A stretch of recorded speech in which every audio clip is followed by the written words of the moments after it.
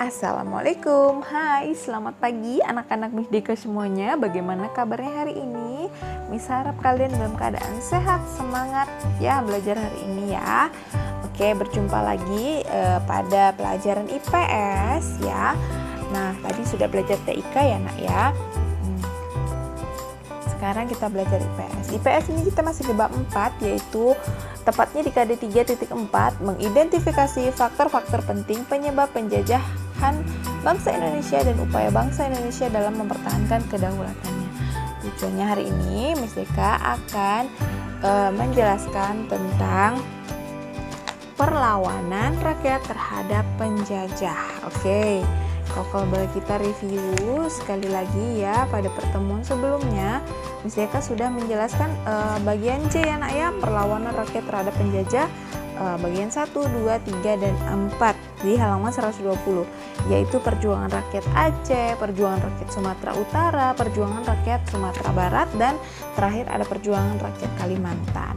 Nah, pada pertemuan kali ini Miss Deka akan menjelaskan bagian 5, 6, dan bagian 7 ya, dimana ada perjuangan rakyat Jawa, perjuangan rakyat Bali, dan juga perjuangan rakyat Maluku. Oke, silakan buka bukumu halaman 122.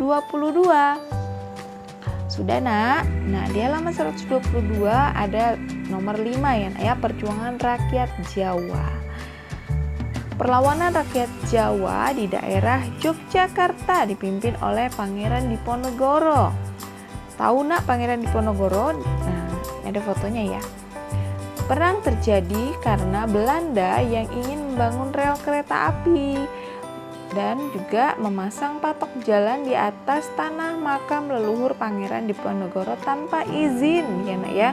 Jadi memang penjajah ini semena-mena ya naknya, suka-suka aja nak bangun-bangun rel lah, nak buat jalan lah gitu ya kan, tapi nggak pakai izin gitu karena udah dijajah ya, jadi dia pikirnya itu tanah milik dia gitu ya, nggak boleh seperti itu ya nak ya.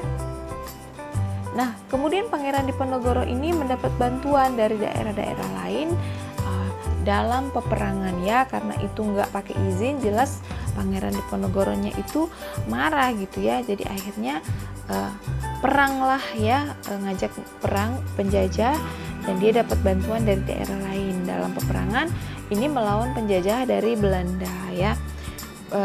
Penjajahnya Belanda ya nak ya. Belanda pun menerapkan taktik benteng stelsel dalam peperangan ya. Miss, apa itu taktik benteng stelsel? Yaitu adalah taktik Belanda yang membangun pos ya atau benteng di setiap sudut kota untuk mempersulit ruang gerak pasukan dari Pangeran Diponegoro ya. Nih, perlawanan yang dipimpin oleh Pangeran Diponegoro merupakan salah satu peperangan besar yang harus dihadapi Belanda selama menjajah Indonesia. Peperangan ini terjadi hampir di seluruh wilayah Pulau Jawa ya, sehingga disebut yang namanya Perang Jawa. Begitu ya nak ya, karena hampir seluruh daerah Jawa itu membantu Pangeran Diponegoro dalam perang melawan penjajah Belanda. Oke, hampir seluruh rakyat Jawa ya, tadi Miss Deka bilang ya, itu ikut berperang melawan Belanda. Dalam memimpin pasukan, Pangeran Diponegoro dibantu oleh yang namanya Kiai Mojo dan juga Sentot Prawirodirjo ya. Itu tadi ya dibantu. Jadi Belanda ini yang merasa kesulitan dalam menaklukkan Pangeran Diponegoro akhirnya menggunakan cara licik. Nah, cara liciknya apa? Ia berpura-pura mengajaklah namanya Pangeran Diponegoro ini untuk berunding, diskusi ya. Namun saat berunding ternyata Pangeran Diponegoro ini akhirnya ditangkap sama Belanda ya. Udah licik tuh, udah tahu kalah, pura-puranya diajak berunding, diskusi, nggak taunya malah ditangkap ya. Nah, setelah itu kemudian ia dibuang atau diasingkan ke daerah Manado. Dari Jawa ke Manado itu jauh banget ya nak ya, pada tahun 1830. Akhirnya beliau wafat pada 8 Januari 1855. Itu lama banget ya nak, berarti dia diasingkan atau sama Belanda itu di Manado lama banget ya. Nah, perlawanan lain yang terjadi di Pulau Jawa juga dilakukan di daerah lain ya, seperti oleh Kerajaan Mataram dan juga ada Kerajaan Banten. Oke. Nah, itu tadi tentang perjuangan rakyat Jawa ya nak ya. Jadi memang seluruh rakyat itu melawan Belanda dan akhirnya kesulitan Belandanya, dan akhirnya menangkaplah si pangerannya ya. Kasihan ya nak ya, diasingkan ke Manado, jauh banget itu ya.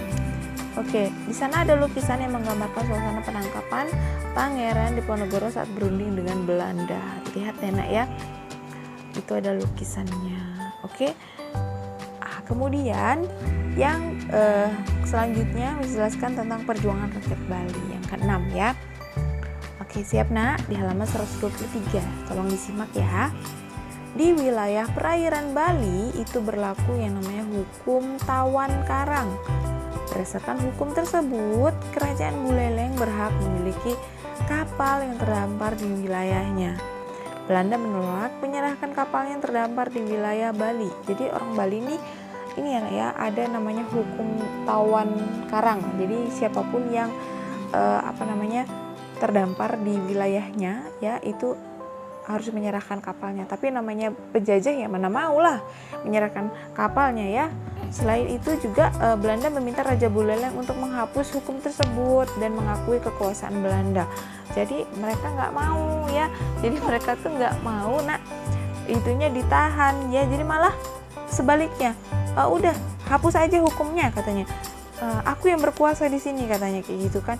Nah akibatnya apa? Nggak terimalah rakyat Bali ini dan akhirnya terjadilah perang antar keduanya. Rakyat Bali yang dipimpin oleh I Gusti Ketut Jalantik itu berperang di sekitar benteng Jagaraga ya. Perang tersebut dikenal dengan namanya Perang Puputan Jagaraga. Ini terkenal ya. Perlawanan rakyat Bali inilah berakhir dengan dikuasainya benteng Jagaraga oleh Belanda. Lihat di sana itu ada lukisan yang menggambarkan suasana Perang Puputan Jagaraga. Oke, sedikit aja ya nak ya penjelasannya tentang perjuangan rakyat Bali. Selanjutnya yang terakhir yang ke-7 ya. Ini ada perjuangan rakyat Maluku, di mana Maluku merupakan daerah utama penghasil rempah-rempah. Nah ini Maluku ini banyak rempah-rempahnya ya nak ya. Di Maluku terdapat yang namanya pelayaran Honggi ya untuk mengawasi perdagangan gelap. Nah Belanda ini melalui Van den Burg memaksa rakyat Maluku untuk kerja rodi. Lagi-lagi Belanda ya menjajah Maluku dengan cara yaitu rakyatnya itu suruh kerja rodi gitu ya nak ya, kerja terus tapi nggak digaji gitu ya, nggak ada henti sampai akhirnya mati gitu ya nak ya. Dan juga setelah memaksa Maluku untuk kerja rodi, dia juga menjadi tentara Belanda di Pulau Jawa ya. Jadi maksa juga biar jadi antek-anteknya lah anak buahnya Belanda gitu di Pulau Jawa sana.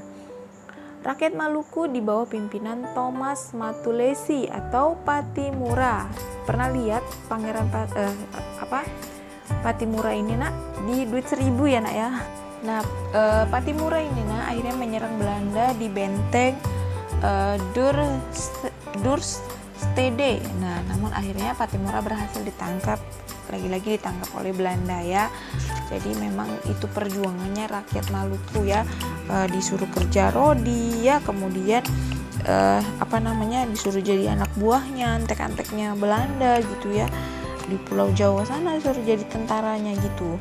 Kemudian dilawanlah sama namanya Patimura, tapi akhirnya ya perlawanan itu berakhir dengan cara ya Patimuranya ditangkap oleh Belanda ya.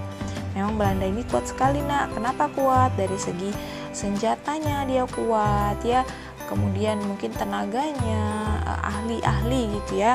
Jadi memang strateginya juga bagus gitu ya. Jadi memang kuat sekali ya. Tapi akhirnya kita bisa mengusir penjajah walaupun puluhan atau ratusan tahun lamanya ya. Oke, nah itu tadi nak penjelasan Miss Deka tentang perlawanan ya kita terhadap penjajah ya.